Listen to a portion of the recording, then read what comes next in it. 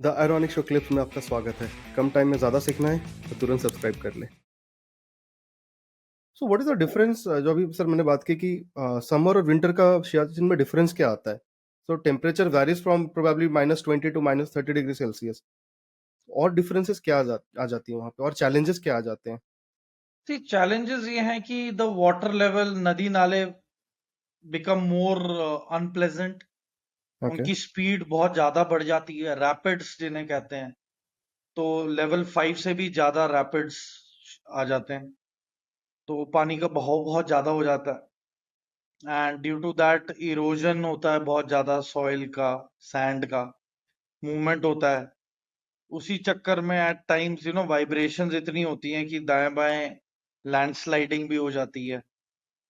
And it is a कच्ची terrain, because जैसे जैसे बर्फ पिघल रही है वैसे ही पत्थर भी नीचे आ रहे हैं। Right. So it's a very sensitive terrain. आप वहां पे जोर से बात नहीं कर सकते हो वाइल यू मूविंग। बर्फ ओके। का अवलांच आ सकता है, you can trigger avalanche only by your wow. Vocal vibrations of the way you speak. Seriously? हाँ हाँ, सो एंड बहुत सारी चीजें हैं, टेक्निकल चीजें। I can not speak on public forum, I am not suppose okay. To. Sure. वो as a instructor and as फौजी officer, what you know is a trade secret which I cannot tell more about the terrain, but this definitely. is ऊपर ऊपर का basic चीजें हैं। ठीक है। Sir मेरा एक एक क्वेश्चन था, सॉरी मैं थोड़ा सियाचिन पे, because it's the harshest of the battlefields. तो वहां पे जैसे सर आपने वो तो पूरा ग्लेशियर है, पूरा आइस का बना हुआ, it's always moving, hmm. Right? तो जब वो हमेशा मूवमेंट होता रहता है, नाउ व्हेन जैसे सपोज एज आप जब जैसे वहां पे पोस्टेड थे, तो आप दिन में आप लोग मूवमेंट्स करते हो, आप लोग चेक करते हो, आपको इधर उधर जाना पड़ता है, right? So now suppose you have marked a route for you, जैसे ऊपर हिमालयाज पे जब जब माउंट एवरेस्ट पे भी जाते हैं तो वो रूट्स मार्क्ड होते हैं। तो यहाँ पे भी सियाचिन में भी आप लोग डेफिनेटली रूट्स मार्क करते होगे। Now that the ice is moving, there is continuous snowfall and all that, so वो See, तो when possibility. Ronik, when you say ice moves, it moves half a inch, hmm. or you could say 1 inch in 1 year, or 1.5 year, or maybe in 2 years it moves 1 inch. Okay.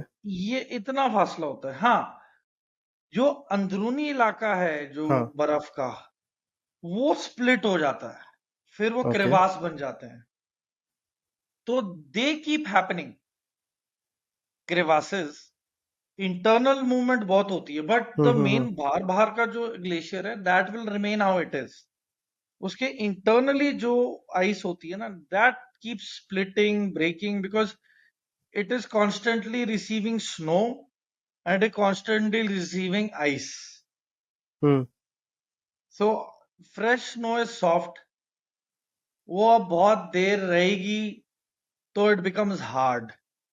That is still good because we get to move.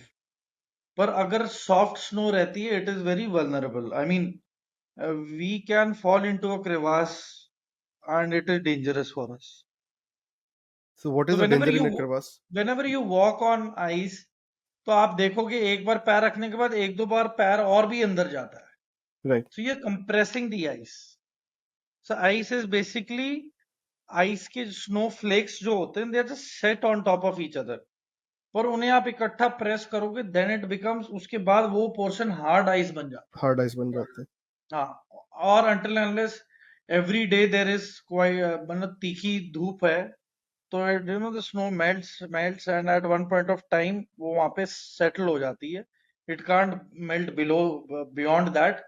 तो वहां पे it becomes hard, crystallised ice. जैसे आप glass में नहीं डालते हो ice, हम्म। जो सी थ्रू टाइप होती है, राइट। वो फिर वैसी हार्ड आइस बन जाती है बाद में। तो सियाचिन के सतह पे जो ऊपर सरफेस है उस पे और ये क्रिवास में टेम्परेचर का डिफरेंस कितना आ जाता है जो क्रिवासेस क्रिएट हो जाती हैं?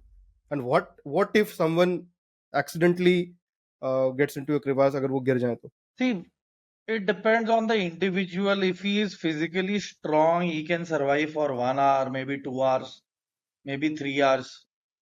ठीक है। I mean, it depends on the mental will. ठीक है।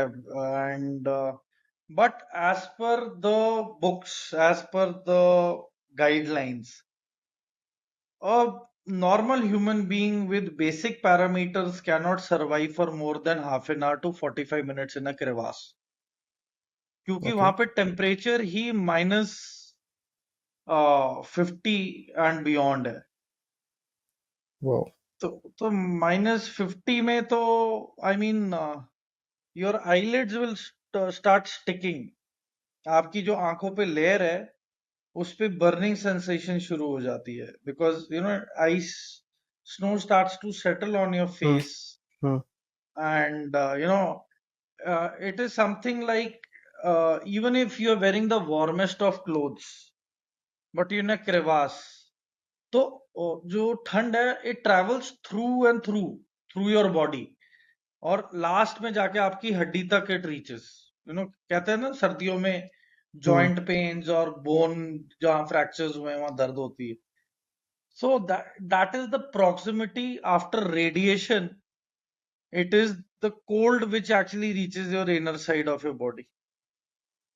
गर्मी में तो still you can manage to sit in shade or pour water on yourself. Right. यहाँ पे you can't do it. There is nothing. What do? You are Exactly. at the mercy of nature, and that is very harsh. तो crevasse में जाना is like very I mean God forbid होना नहीं चाहिए. And there are a lot of luck factor, a lot of destiny factor in it. ठीक है. And when I was there, I've heard stories from porters who said कि साहब 90s की में एक या दो बॉडीज इस क्रेवास में हैं. आज तक no porter has made an effort to go down to get them. उसमें से there is, I think, one captain साहब also, captain ranked officer. So sir would have, I think, gone into the crevasse in ending 80s or early 90s. And I believe his father is still in an effort to, every year they make an effort to convince porters to get the body out. And I think few of the porters have even sent down the video camera through a wire to film the place where they have seen the body is as fresh as he went in there yesterday. Right. But the irony is कि the crevasse becomes like this, ऊपर से wide होके नीचे नीचे जाके पतला हो जाता है, and then it becomes one sim.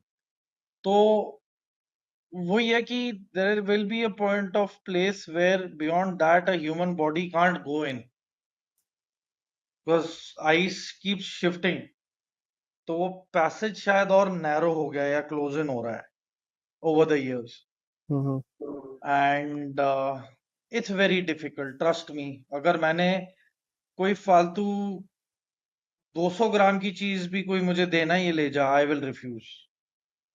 I will take the bare minimum items which are actually critical for my survival. मैं वही लेके जाऊंगा, और कोई भी एक भी फालतू चीज आई विल नॉट टेक.